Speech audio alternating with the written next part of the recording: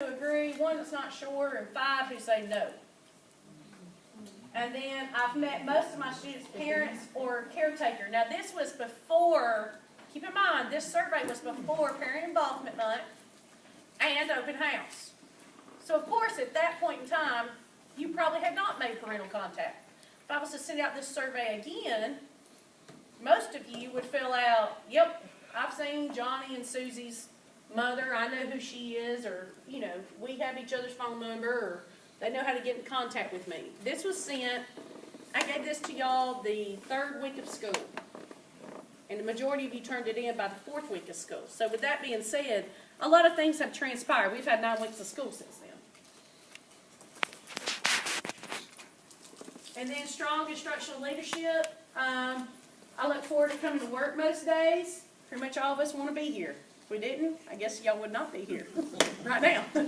So administrators at this school trust my professional judgment. The majority of us feel as though we're being supported by Mr. Howard and Miss Garrett. We feel as though if we had to go and talk to them about a problem, that we know that they're going to address that problem. And then frequent monitoring of student progress. Students at this school will have difficulty with core academic subjects regardless of the strength of instruction. 60% of us agree with that statement. 20% are not sure. 20% said they or disagree with that statement. And I kind of didn't quite understand that. But, I mean, we all know where our kids are. We know what we're looking at. I mean, when Miss Garrett interviewed me last year, she said, you know, we're in a reverse tier situation. And I said, okay. I mean, you know, so we have to address that. And so I think we're all in the same boat. We know what the data says, but we know how we can move the data too. And then students at this school are capable of high achievement on standardized tests. 90% of us agree with that. 90%, which means it shows me that we have confidence in our kids, and we got confidence in who we are as teachers and what we can do with them. And so my improvement plan would be, the focus area 1 would be parent involvement. So that's a crucial area to success as a school. And to get those positive school and home relationships, we must reach all students and their parents. Focus area 2, the inclusion of all races. Racial barriers in America do exist.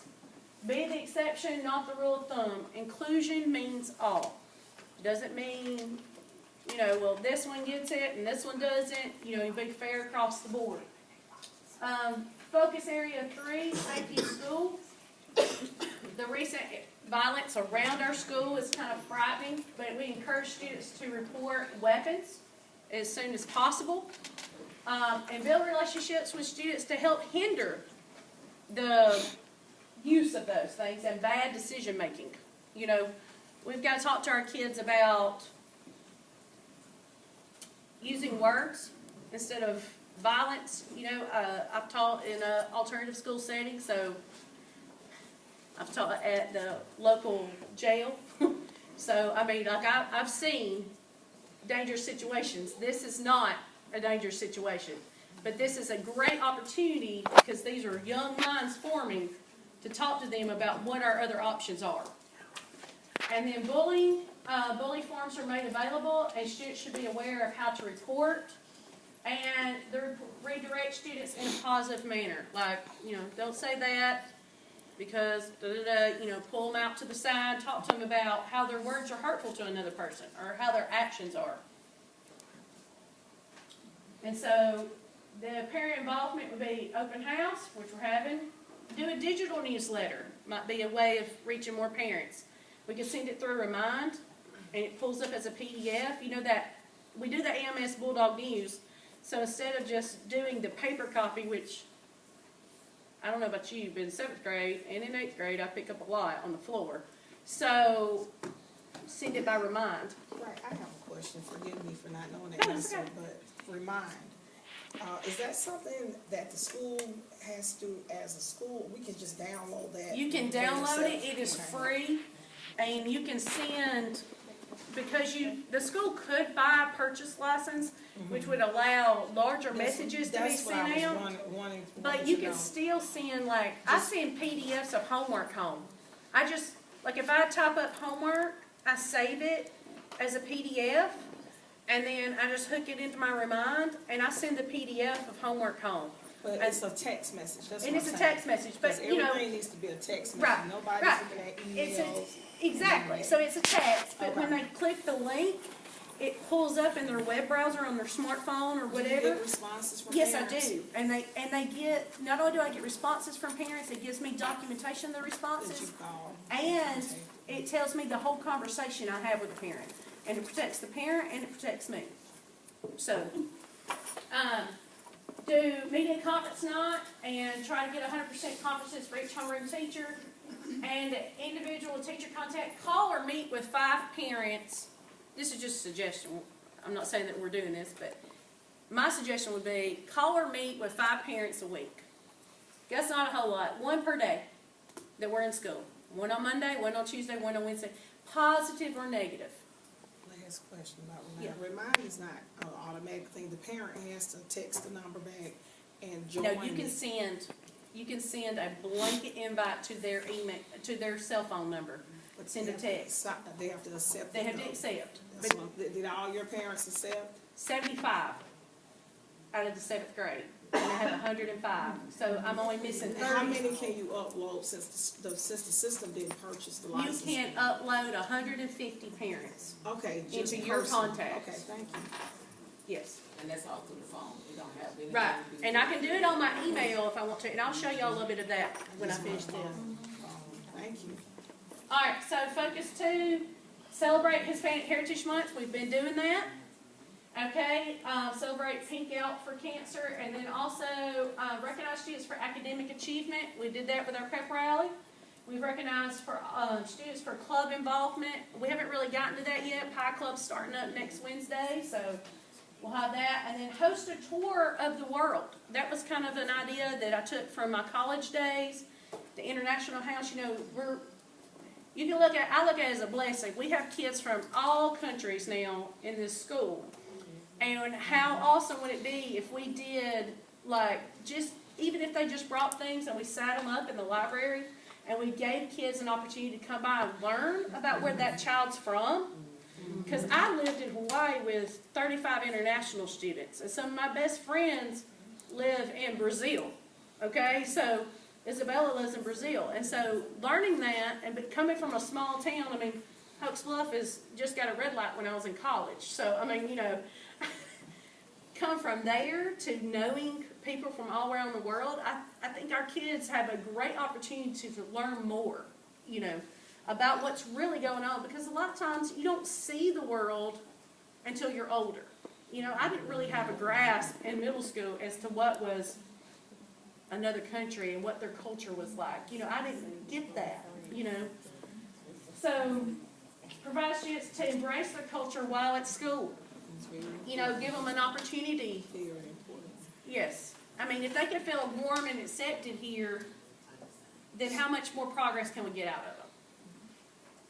And so then the safety of the school reminds students of the laws concerning school violence, post signs at the doors, have school resource officer meet with students in small groups. I think this would be a great opportunity for our law enforcement to kind of build those relationships, not like snitching, but, you know, just, hey, I see Officer McGraw out, and I'm not afraid to wave my hand at him, you know. Meet with community leaders about mentorship programs in the community, you know, the outreaches and things like that, and keep the faculty abreast of the environment around our school and within our school. I think we as teachers, if we're notified that something's going on, I think that we're more apt to, you know, kind of look at the situation a little bit better, you know, and really look at it. If something's going on, because, like, I don't live here.